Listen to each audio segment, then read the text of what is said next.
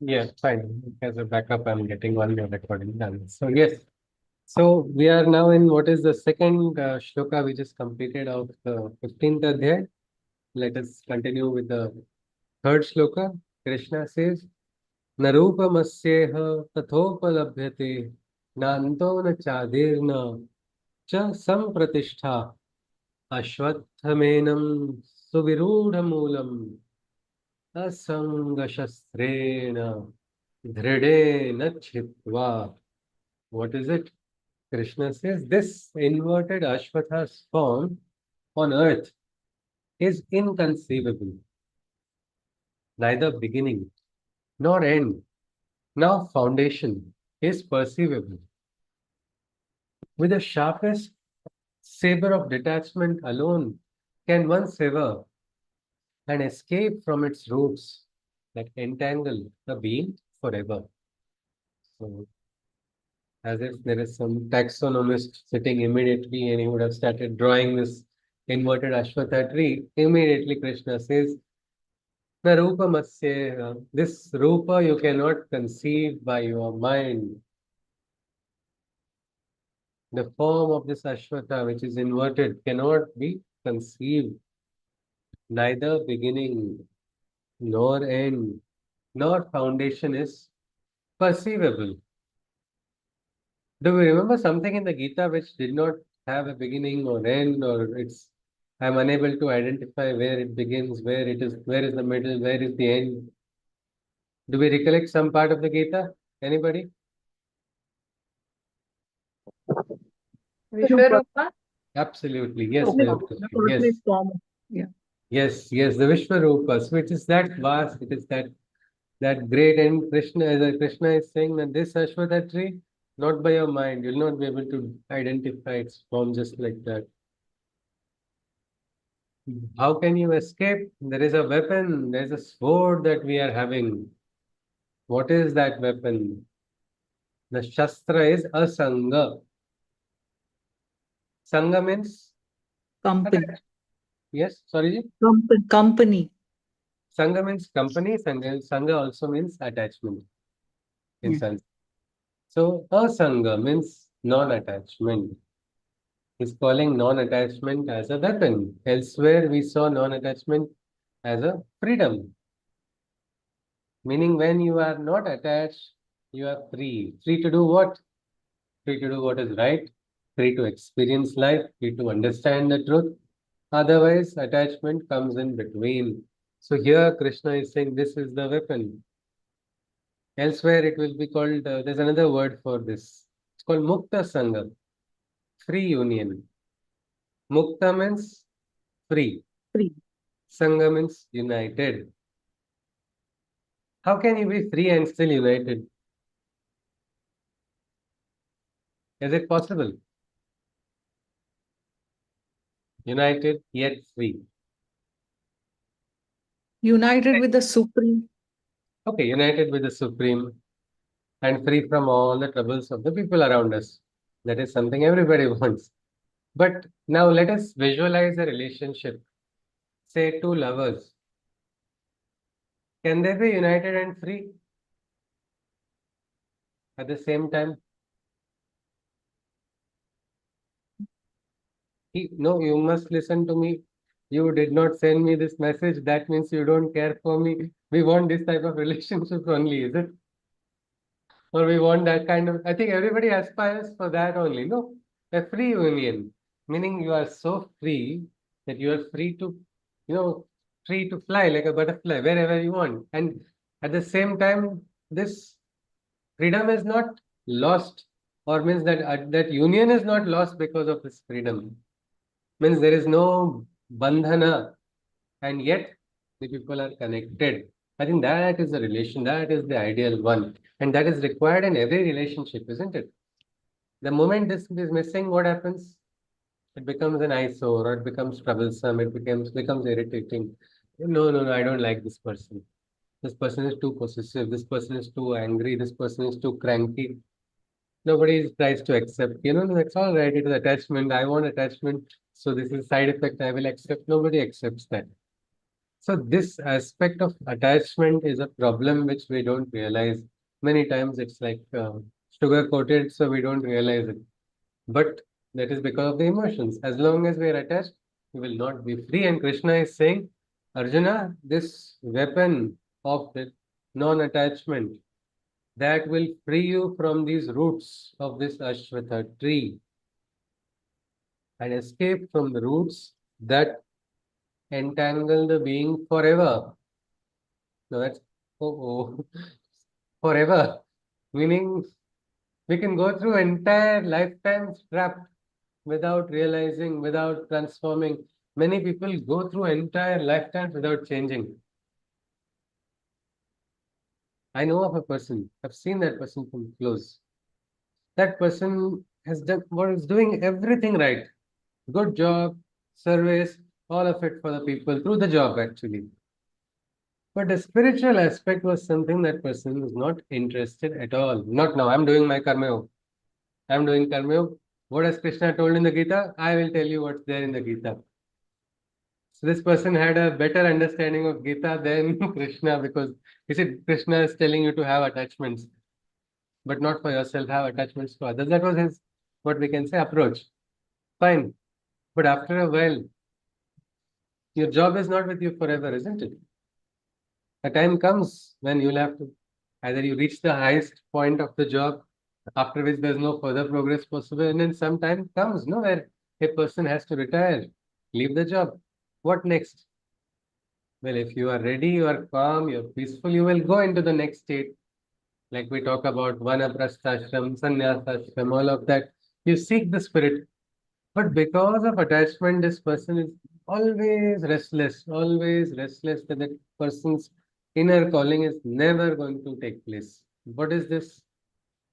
Full life is gone, isn't it? They say childhood went in the rush of the childhood.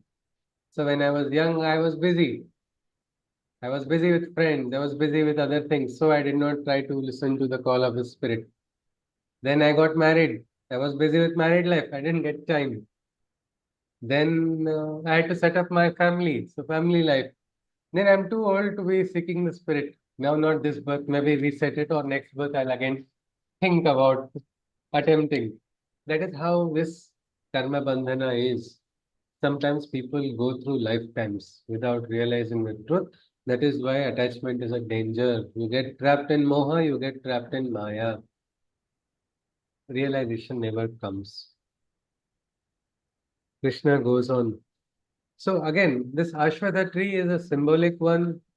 This Ashwatha tree is connected with the gunas. It is getting nourished from our experience, meaning the divine, say, assuming the divine is the Ashwatha tree only, assuming that is just one of the various forms or Vishwarupas of the divine only. That Ashwatha tree is drawing from our experiences. I mean, why did I cry? We do not know. I don't understand why I cried that day. But the divine got some experience from that also. Something it is going like a modern day AI program we have, isn't it? So many, it just gathers experiences from these experiments continuously, different permutation combinations. Like that, lives are being lived, different situations, different experiences, all are going back into that source code. They are enriching that, adding to that knowledge. And this Ashwatha tree, what is it doing? It is throwing its roots of karma bandhana and binding everybody. Everybody is being bound by karma bandhana. Krishna says there's only one weapon that will save us. That is the Asanga Shastra, the weapon of detachment that will help us cut these roots, which are otherwise going to snare you and trap you forever, for eternity. Let's go on. ततः पदं तत्परिमार्गितव्यं यस्मिन् गता न निवर्तन्ति भूयः तमेव चाद्यं पुरुषं प्रपद्ये यतः प्रवृत्तिः प्रसृता पुराणी. Krishna says yearn for that one destination, that is the goal supreme, from where you return not once more to the mortal realm. Seek refuge in the ancient, timeless, eternal. the beginning of every action, the source, original.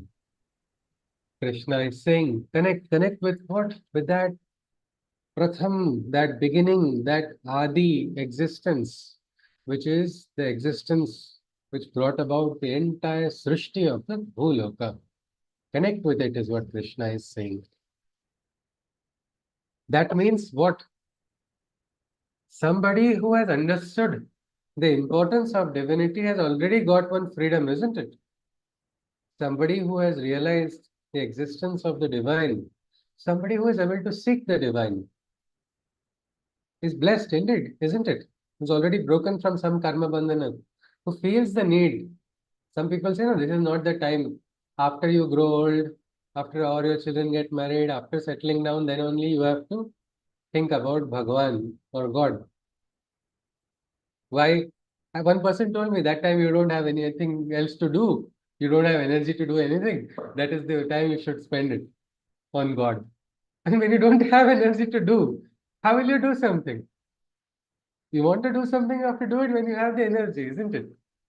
Can you say when you're very sleepy, now somebody says go run 10 rounds with the ground.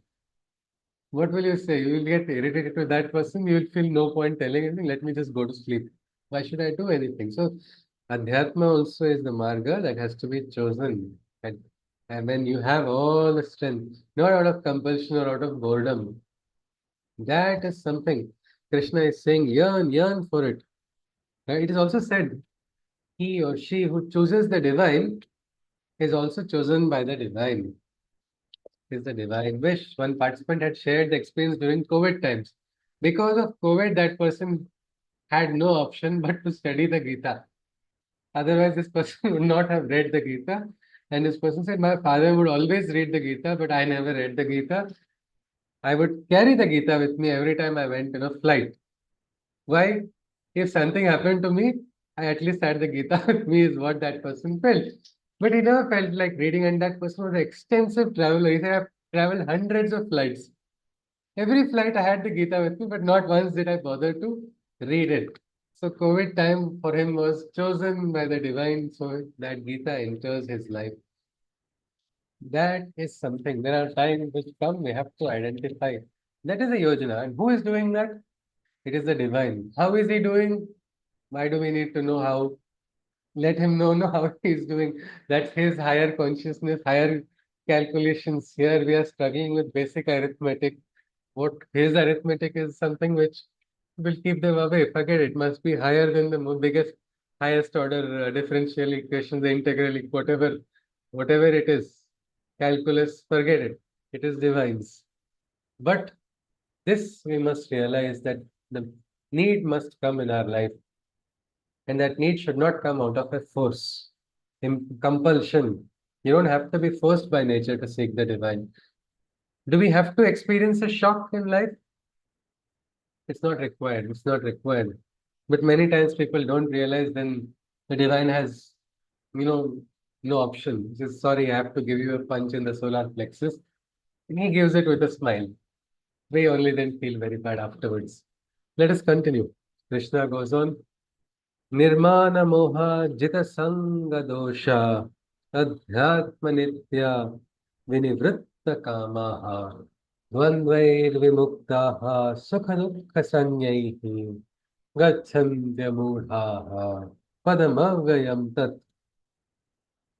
Bereft of pride and delusion, with a desireless attachment, sorry, with a desireless detachment. I'll repeat, bereft of pride and delusion, with a desireless detachment embedded in the self by conquering the fault of attachment, having surpassed the dualities of joy and sorrow for good, the enlightened one progresses towards the status of godhood.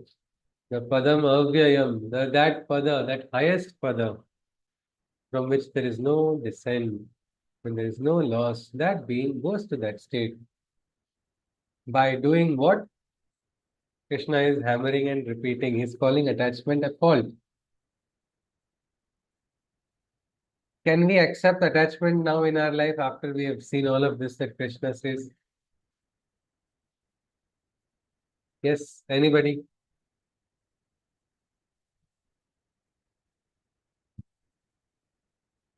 Yes, attachment. I have attachment to my friend. I have attachment to my child. I have attachment to my partner. Can we justify and continue having attachments?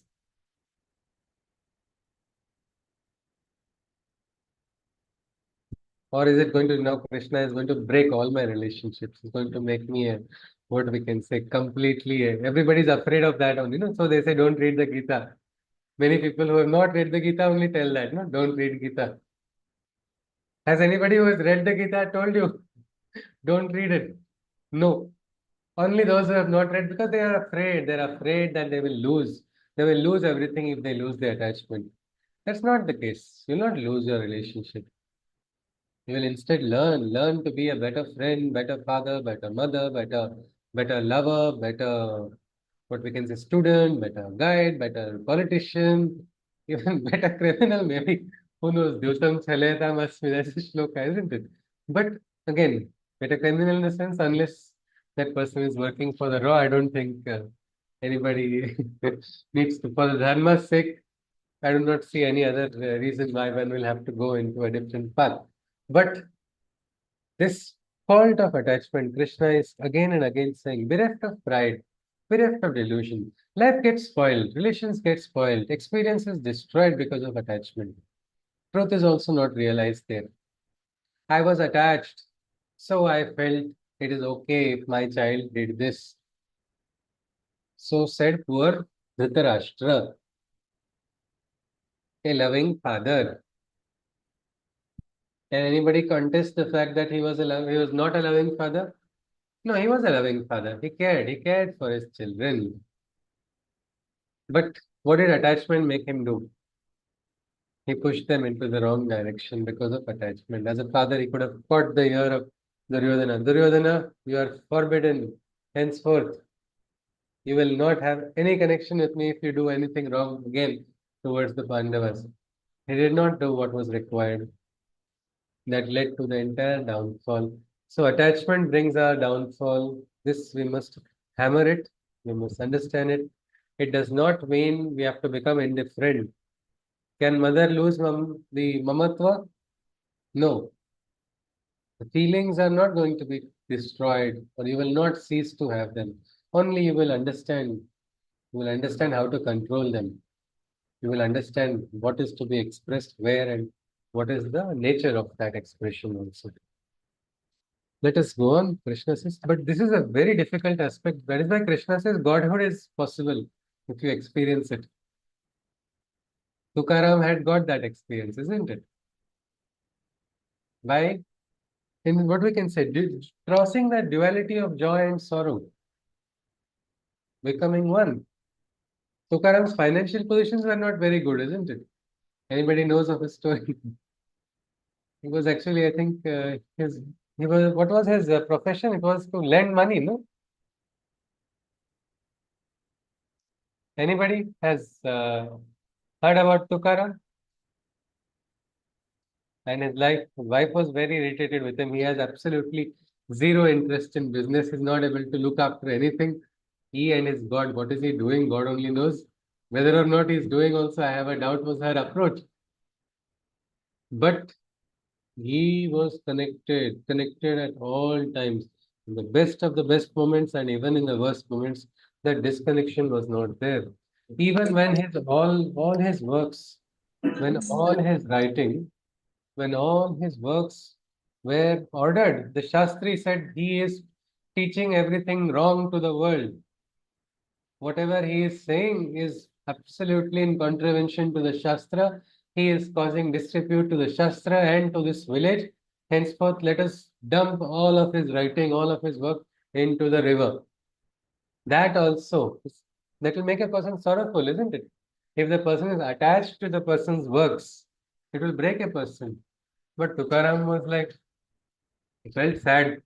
I was doing this sincerely out of my love, but if Vithala wants this, if Panduranga wants this, I cannot do anything. Panduranga wants my books to go into the river. He felt sad, but with that sorrow also, without getting attached, he did his duty and he went and put it there. Then that was where the entire village witnessed the miracle. The books were sent back. They came back to the shore. And then they all said it is the miracle, it is the wish of the divine. And then Sant Tukaram was officially born. Everybody recognized that, yes, he is a saint. It was very, very beautiful. Then he went on his, one spree. The spree he went on after that. Nobody could stop him. His words became what they call abhanga, that which cannot be destroyed. Each of his words, they're small, small poetry couplets, but each of them, they have a very deeper meaning. That is why he went on to say, like we saw in the first shloka, isn't it? Somebody who understands the truth of this eternal tree, understands the rhythm of the Vedas. That person understands what is this, what is the truth contained. That is why he said with authority, he said, Vedanta to artha masi sathava, yerani bhava, bharama. Means I alone can claim to know the meaning of the Vedas. Those others, they can carry the heavy books on their head. Khadilyasa godi dekhilyasa nahi. The sweetness of taste that comes from the experience of sweetness that comes from tasting, that cannot be seen, isn't it? Say, I just ask everybody, keep your video feeds on. I am now going to eat a tasty mango. It's very sweet. It's very juicy. What's going to happen? All of you will feel, what is this? He's teasing us. I didn't get the taste just by seeing it until I experience. Meaning the experience until you get it, you will not be able to just see. That is what he's saying. These people have not experienced like I have. And he went on to say, Bharat, Dhani, Vahi, Mazuriche, give those porters their share. Give them their, what we can say, the kuli must be given the fare, no? Something like that, he said. That was not arrogance. Swami Vivekananda got an experience. He got a realization. There were some bookish people who went on to say, no, no, no, but you are saying like this. But this person said like this. What do you have to say about it? He said, because I, Swami Vivekananda, say so. That was what he said clearly. Because that was his experience and nobody dared to challenge that statement. Because that was the adhikara. We become adhikari when we become detached, no?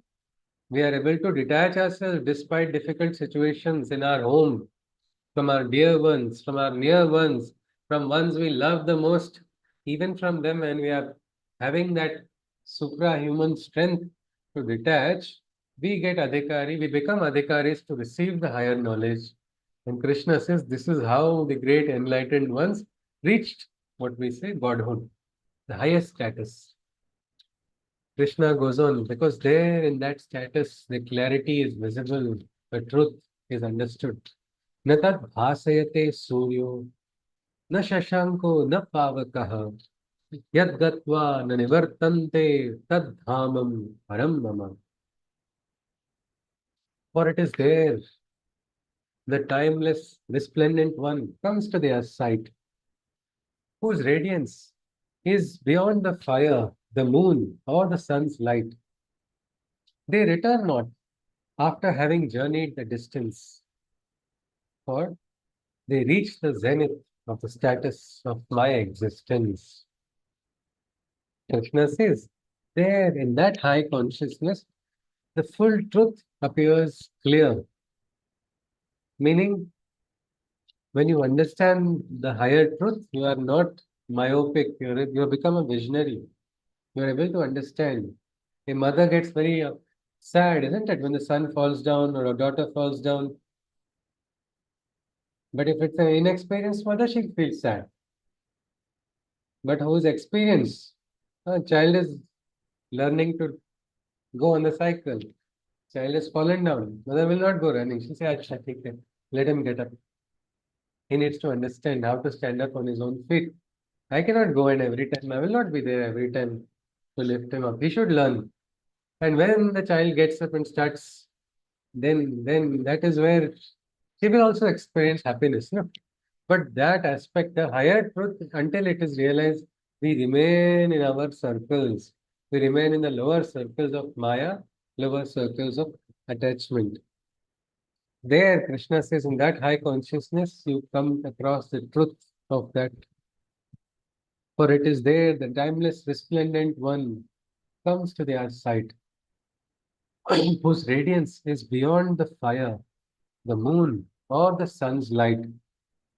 That teja, the brilliance, that radiance, is beyond the Surya, beyond the Chandra. Such is the brilliance. They return not after having journeyed the distance, for they reach the zenith, the status of my existence. Meaning they go into a state of consciousness after which there is no descent, there is no loss because of realization, isn't it? When I was young, one bhaiya told me, touch fire. I was stupid enough. I went, touched fire. Then I got sakshatkar, fire burns. After that, I did not put my hand there. No, realization comes. No, once realization comes, you will say, this is stupid. I don't want to do this. So until you realize having attachments is an unnecessary burden, many times you will keep carrying it. Like Atlas was carrying the entire weight, no? The story of Atlas, he carries the full world, no? We are also doing that. I don't think we should carry the weight of the world, no, on our shoulders. What we should do is we should go and tell Atlas, sir, please, you can also go for a walk. Shesha is already bearing it. No, no, he does not. He thinks he's carrying it. So something like that, many times we get trapped because of attachment. Once we are free, we become truly free. My friend had to go through 5 bad relationships in college to understand it is pointless, what he's doing is wrong. 4 times he kept blaming the other person. Fifth time he became like Kabir Das, बुरा जो देखन मैं चला बुरा मिलिया को जो दिल खोजा अपना मुझसा बुरा न को. He said, no, there's a pattern. Maybe all the 4 people I had failed relationships didn't have the problem. Maybe I only. And that was the realization which he got partially, fully after the 5th failure. So that was the time where he understood Sakshatkar for him. So after that, that mistake did not take place in life. Something like that, these yogis have transcended. That is what Krishna tells. Krishna goes on, he says, Mame Vansho Jiva Loke Jiva Bhutaha Sanatanaha Manaha Shashtani Indriyani Prakritisthani Karshati. All the bodies of the living manifest only from mind, for their soul is but a quantum of my energies divine. As a portion of me in nature begins to dwell and powers their mind and the 5 senses as well. Krishna is saying every living being, they are alive because of that spark of mind. It's just a small quantum of my energy, it's just a spark. Somebody who has seen in an electron microscope fusion of sperm and ovum, say there's a flash of light at that particular time. Who knows, that is the time the entry is taking place of the divine, and the life forms are beginning to thrive. Life forms are beginning to grow. But it is still just a quantum. But that quantum is sufficient because then I begin to grow, that individual begins to grow and gets the senses, power for the 5 senses as well as the mana. Best example, little children, isn't it? Kids, especially the very young one, the little toddlers. They're continuously full of energy, isn't it? Scientists have to do some trials and identify how is it that they are breaking law of conservation of energy. Their bellies are so small, the quantity of food they have eaten is so less, yet as if they have 2 springs under their legs, the battery is not down till the end of the day. 2 grown-up parents cannot handle one child. They get tired. Both husband and wife look at each other. I'm out of energy. But this child is still driven. And that's something beautiful, isn't it? If you watch from close the child growing up, What a speed at which that child grows. It's learning also, experiencing also, growing also, all happening at the same time. Well, this is a miracle which we don't realize. It is a miracle that happens right in front of our eyes. And Krishna is saying, it is this, it is my consciousness that has sparked the life, which has given the force and impetus to move ahead. Krishna goes on, he says, Shariram yadavapnoti yadchapyut kramatishvaraha grahitvaitani sayati vayurgandhani bhashayat. When the divine assumes the body mortal for the entry of the six senses, he creates the portal.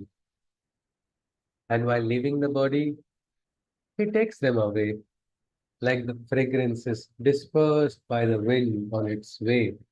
What is it Krishna is saying? That this Sharira, when the divine enters into the Sharira, he creates that ground for the manifestation of life. It's like a portal has been created for the six senses to start operating.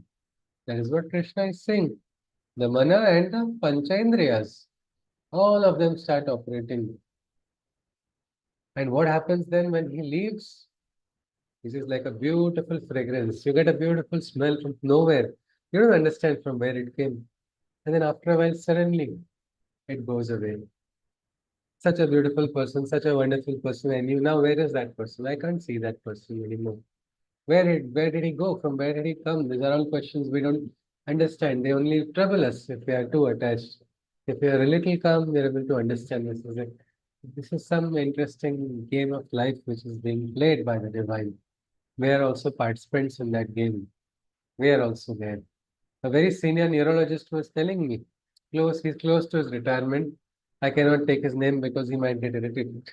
Previously, I had referred somewhere. He said, "You should not use my name." But he had told me this thing that he's seen so many patients die. He's seen so many patients in the ICU. He says, I don't know what happens. In the monitor, the vital signs look okay. But I know something has left the patient. Now the patient cannot be revived. When something is left, and now no matter how many efforts we take, this is we tell the parent, we tell the patient's family also that now nothing can be done, and then they sometimes take a decision. Some decide to not take the decision and they continue. But he says, we've understood that now revival is not possible. But there is nothing physical that left the person. Something is gone. Now life cannot be. Same thing we can say no, in all human beings also. Why human beings? Animals also. When life leaves a plant, can we bring it back? Very, very, very difficult until there is some life which is not visible to us. Maybe a dried twig still has some amount in the inside, it has some life, then it will grow. Otherwise, once it's gone. Why look at plants? Look at a single small ant. Can we breathe life into an ant which has passed away? No. No matter how great technology we learn or how much advancement takes place, inside of a small ant also we cannot bring that. That means we don't have the right to terminate any life, isn't it? Or do we have the right? Some parents, I created so I can destroy. Is it? Did you create? It's the divine who was the creator, isn't it? The Karta is the divine. So no, we don't have that right at all. Many people plan certain things, something opposite only happens. Then they start getting worried. Did I do wrong? What happened? The divine has to do. Divine is the one Karta. We cannot. Life is sacred. Every life is sacred. If we don't realize this, we have not realized the essence of life. It is the basic thing. When Krishna says it is the divine that resides, that is why we say Ishvara Sarva Bhutanam. He is present in all living beings. But when that Ishvara leaves, we say Gata Prana, the force is gone. The divine inside has gone outside. We look at two more shlokas and we stop right now. We stop at the 10th shloka after. Now let's move to the ninth one. Shrotram Chakshu Sparshanam Cha Rasanam Granameva Cha Adhishthaya Manaschayam Vishayanu Pasevati. Eyesight eyesight, touch, taste, smell, and hearing. And the mind is utilized by the soul indwelling. All the objects of the mind and senses he embellishes, and their sensations he enjoys and relishes. So Krishna is saying that eyesight, touch, taste, smell, hearing, even the mana, it is utilized by the Jivatman. Means all these indriyas have been given for a purpose. Somebody is participating in our life experiences. We are not alone. We have a companion. We have a partner. It's okay if we don't have other partners. One partner inside is there or not? Always. So you are never alone. So that one is experiencing, growing. It's like Krishna is only saying, become my friend. We're only saying, no, I don't want to. I'm busy. So let us recognize that friend inside. All the objects of mind and senses he embellishes, and their sensations he enjoys and relishes. Meaning, he's participating in your ananda also, in your happy moments also, he's participating. Next time eating an ice cream, give one taste, no, to the divine, or one special moment. Are you going to hide it from the divine? Can you hide it is the bigger question. But instead, experience the joy, experience the Maitri Bhava, because Gita has taught us that much. Friendship will give us everything. Friendship with the divine. Bhaktosi me sakha cheti. That is what Krishna tells Arjuna. Because you, Arjuna, are my friend. You are dear. You love me. And so he says, I'll give you everything, everything. What not the great tapasvi could achieve, what the great Jnani also could not achieve, what the great Karma Yogi also could not achieve. That Arjuna, you are going to by virtue of your purity and sincerity. That was the one quality in Arjuna that saved him from complete annihilation also. He was so close to the brink of destruction, but that one good quality. So if we want one quality inside of us, let us have this Maitri with the divine. And that divine is inside. He's enjoying our senses, enjoying and relishing. So why not? What comedy movie you're watching? Bring the divine with you. No, both laugh together. There's a one participant of Gita batch, Usha Maji. She has experience of the divine as a participant. She calls him the child. For her, she felt the easiest form to connect with the divine was he's like a grandmother herself, very senior. So she connected with Krishna as Bal Krishna. So she has excruciating pain because of a stroke. I think it was several years back she got that stroke, and yet she's able to find joy, she's able to find light, and everybody are now coming since she released her book called Child. Everybody is coming and asking, tell me one story of the child. What did he tell you last? What is your last dialogue with the child? Everybody wants to know what it is. And everybody means all ages.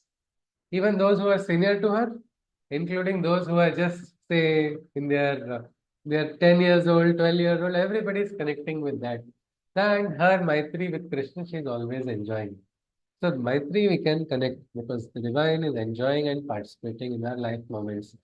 Nowhere else, nowhere else, in no other tradition other than our Sanatan tradition, are we given that freedom. Are we given that equality? Krishna says, no, become like me. He says, look at Janaka. If that was not enough, he says, look at me. I'm doing my work. You will not do yours. He's just equating and he says, you can become like me. Arjuna and Krishna, there's no difference, he says. Only difference is Arjuna does not know. Arjuna does not know that he has also had many births. Krishna knows I have taken many births. That is separating. So you know it, you become like me. So this aspect is very important. With Maitri, let us start enjoying life moments with the divine company, whether or not we are with our favorite company or we are with our least favorite company. I don't think we need to get bothered. "Hey, why is this person? It's all right. In between him, my Krishna is sitting, so he will insulate me. No problem. That is something we have to try. So, but this is all okay. But for some, It doesn't make a difference at all. Those who don't have Shraddha, they feel these are all hollow words. I remember one person calling me suddenly. They wanted to use a particular Ayurvedic product. I said, okay, is it useful? I gave the entire explanation. And then I said, from where did you hear? Hearsay. That was what I was told. Somebody has told something and it is not true. That is what already the opinion is there that it is not true. Something like that for a person who is deluded, that person does not understand presence of divine. What divine? I am there. Today I am there. As long as I am there, I am going to be there. What God are you looking for? Hiranyakashipu also had the same logic. We know what happened to him, but nobody was there to convince him. Like that, there are so many. Our job is not to convince anyone, it is to focus on our sadhana. Krishna goes on, we stop on the 10th shloka. Utkramantam sthitam vapi bhunjanam va gunanvitam vimudha nanu pashyanti jnana chakshusha. Krishna says, but the deluded understand not his coming or going, nor do they perceive within themselves his pain. This is a sad part, isn't it? It's all right, you're not recognizing divine presence anywhere. At least in yourself, you should be able to see, realize that, yes, I am divine. Otherwise, you're all alone, isn't it? In your bad moments, you suddenly, I am hopeless. I have no, because suddenly I'm not successful on the outside. Immediately, a person falls into a trap of sorrow, which then becomes greater, becomes depression afterwards. Why? Because there's no good in me, there's nothing nice in me, there's nothing auspicious in me. These are all unnecessary negative thoughts which come into us. But that is because of delusion, because of tamas. We are not able to understand. Krishna says the deluded, they understand not his coming or his going, nor do they perceive within themselves his staying. They know not that for all qualities, he is the enjoyer. As this realization comes only to the eye of the knower, only somebody who realizes, then that person understands. It's actually very simple. God is enjoying my life moments. That means you are having a observer who is watching you at all times, who is interested. It's not saying like a boring show at TRP, come and band kar do. No, he's watching at all times. He's enjoying, celebrating. This realization will allow us, will bring us a lot of joy. It even bring humorous moments. You fall on your face, Acha, you're laughing at me, Krishna. This is something I have enjoyed a lot because that's the only way I can deal with it. Sometimes humor, especially for yourself, if you have it, all difficult moments cease to remain difficult. But to bring the divine inside, it's a great experience. The child was going one day and the monkey threw a banana because on the way to school, the monkey was sitting on a plant, on a tree, and then he threw banana onto the child. This child started laughing loudly. That monkey has thrown banana and spoiled my uniform. And he went and had a funny day in the school. Along with him, one more person had come some 5 minutes afterwards. That monkey did the same thing. This person's entire day went frustrated. That monkey threw banana. Look at that monkey, useless monkey. I hate monkeys. I want to eliminate all the monkeys in the world. It's all a matter of perspective, isn't it, in life? If you recognize the divine, recognize that He is participating, you are no more alone, you're no more overwhelmed. Nobody on the mortal plane will look too powerful or too intimidating. Many times people have that fear factor inside of them. I'm not strong enough. I'm not strong enough to face people, or I'm not good enough to face people. No, divine is inside of you. There cannot be a more perfect person than you. There's nobody better than that. So if you are conscious, nobody will intimidate you also. So this is something we stop here. The yogis can understand, the yogis can see because they have what we call the third eye. No ophthalmologist will be able to find it. But this third eye is the jnana chakshu, the eye of knowledge. That realization will allow us to see the truth. Without that, you're trapped in Maya. You don't understand. So with this, we conclude today's session. This is also one very interesting chapter. It's one of the shortest chapters like Bhakti Yoga. It does convey a lot of what we can say metaphysical aspects inside of the Gita. Can someone summarize something?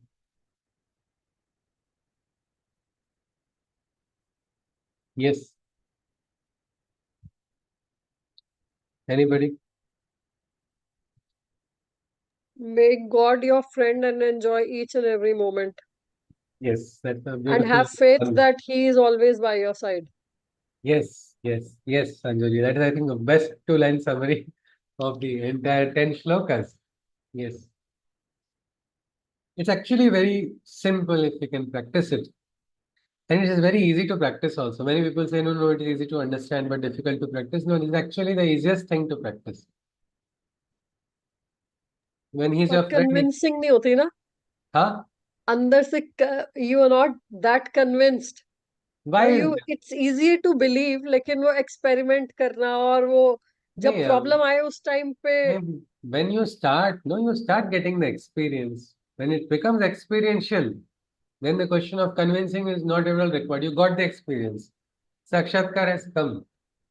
Sakshatkar has come, then where will the question of who is going to convince somebody, one who has realized? And the moment comes, so probably maybe we'll have to take steps in the starting. In the start, we'll have to probably try, take some few steps, experiment a bit maybe. But when that realization comes, like I gave you the example of Usha Maji, her own story. So first thing is she herself felt, is this a book? Am I writing or is it not? Am I doing? She said, no, no, no, I don't like it. I'm not going to write the book. She was in two minds. But then she says, no, no, no. That was a very nice thing. She said, Krishna told me I should do it. I'm sorry. I was being immediate. I was being very reactionary. I will not be reactionary. All this was going on. So many ups, so many downs throughout the entire planning. It became a very huge function that way. But you will not believe the day of the function was the same day she got the stroke. Her own husband, while they were having coffee and biscuits, he was shocked. He didn't have that much Shraddha, but he was like, how on earth did it happen on the exact same day? Because some maybe, I think, 11 or 19 years, I'm not able to remember the exact year when it had come, how many years back. But she was lying almost lifeless.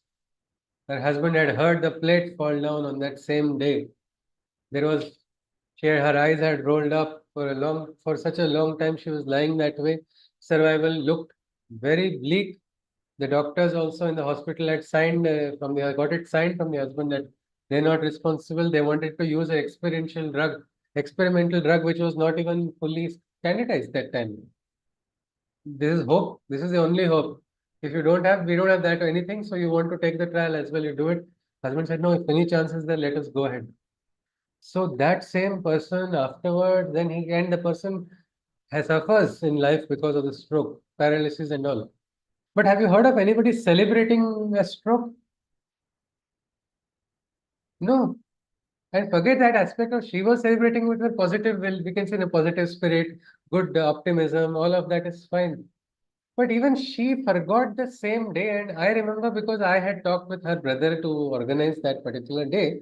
I was discussing with her brother, no, no, this day is difficult for me. Why don't we do it? He was saying something else. We'll try another day. We almost 99% was on another day, and the last minute it got changed back to the first day which we had planned. That also we did not know.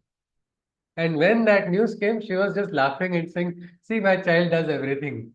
That's all her statement was. Because for her, it is the experience. It is not just a thought because it has been translated. We get Miss Tukaram, we talked about. Tukaram said, Jethe dato tethe tu maza sangati. Wherever I go, you are my companion. Talavishi hati dharuniya. Means you take me pulling my hand like a elder takes a child, no? Like that you take me across. For those who have surrendered, they get that experience. So yes, that is one thing. Anybody else would like to? We saw something about some tree also, and I think the first two shlokas were not recorded. Yes, anybody would like to summarize the other parts? Yes, please. Anybody? And then we conclude with the Shanti Mantra.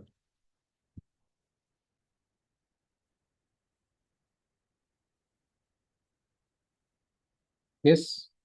Anyone?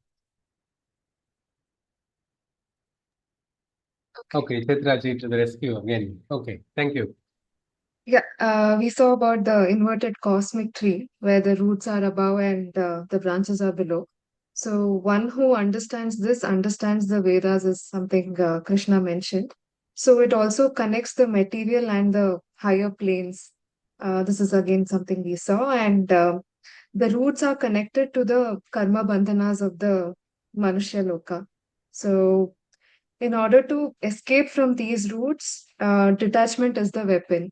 So that is one thing we saw about the tree, and it's also inconceivable and sort of Yeah, unimaginable. just one moment, just one Yeah, moment. Yes, asanga shastrena dhrudena chitva. Meaning you have to cut it with a dhruda nishtha, means with strong, with a firmness, no? You have to detach yourself. It requires a firmness to do that, to overcome the attachment. Yes, please.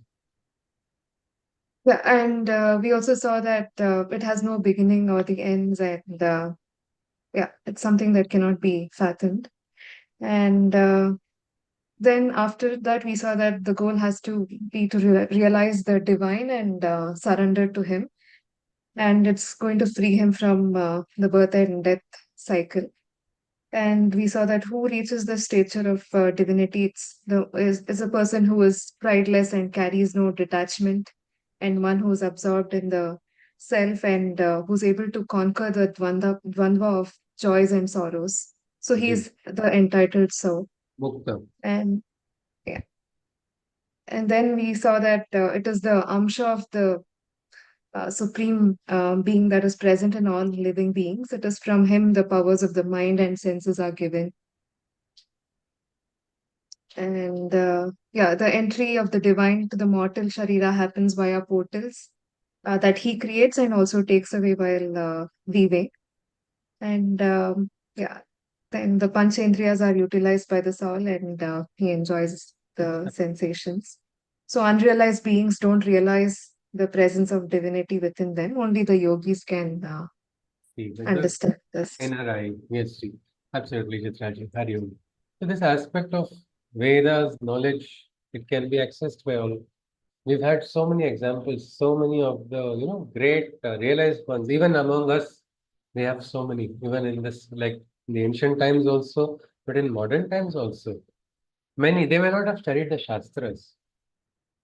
People will say, "What you have to identify? Where is the shastra? Who's? How can this person?" Look at Baina Bai Chaudhary. Mazi Maya Soroswati Maza Shika Vite Boli. My mother Soroswati. Somebody would say, no, this is insulting to Ma Saraswati. You must say Saraswati properly. Nobody can say that. She said Saraswati because that's how she knew. And because when she said Saraswati, mother would come and teach her. Because what she wrote afterwards, people are doing PhD on her. Now, posthumously, her book gets published. And people do PhD after so many decades. How is it possible without divine will? You look at some mystics. Where do they learn? Which school have they gone?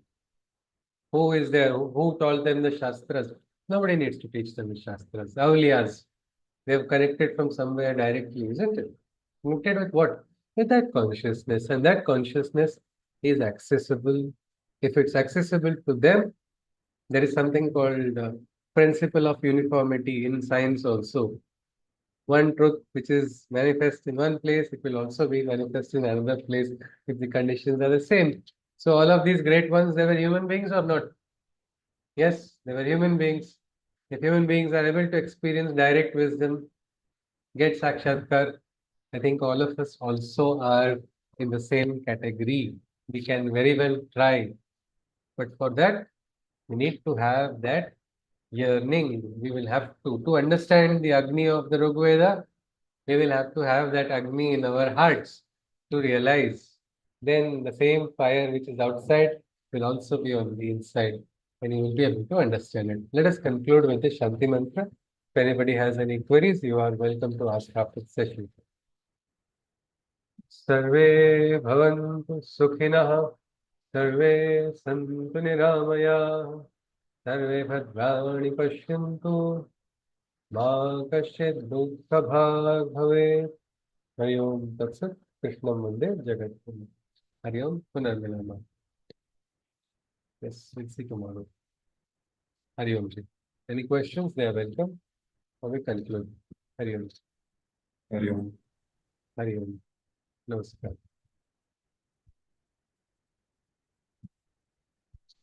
It's just started raining here.